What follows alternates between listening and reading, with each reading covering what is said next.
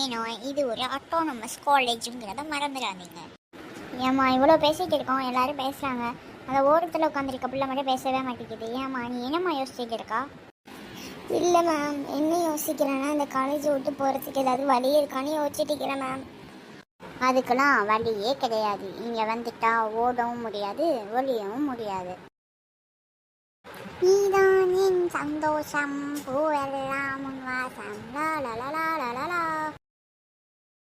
என்ன ma'am first day பாடம் நடத்தாம பாட்டு படிச்சுட்டு இருக்கிறியா?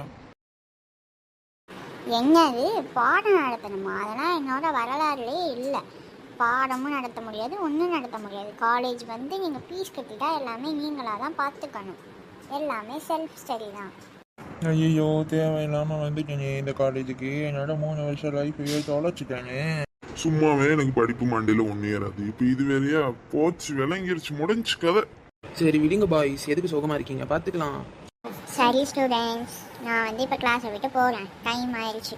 எல்லோரும் லஞ்ச் சாப்பிட்டுட்டு லஞ்ச் முடிச்சுட்டு சீக்கிரமாக கிளாஸ்க்கு வர வழியை பாருங்கள். நான் போயிட்டு வரேன். Thank you. Thank you ma'am. Thank you ma'am. Thank you ma'am. Thank you ma'am.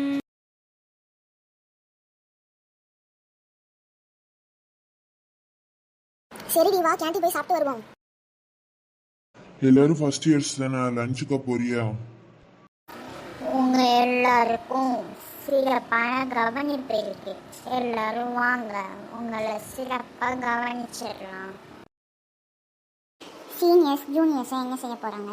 Arjun Reena மீண்டும் சந்திப்பாங்களா மாட்டாங்களா? இந்த கதையோட இன்னும் சுவாரஸ்யமான திருப்பங்களுக்கு எஃப்எம் நியூஸ் சேனலை சப்ஸ்கிரைப் பண்ணிக்கோங்க. இந்த எபிசோட் உங்களுக்கு பிடிச்சிருந்தா லைக் பண்ணிக்கோங்க.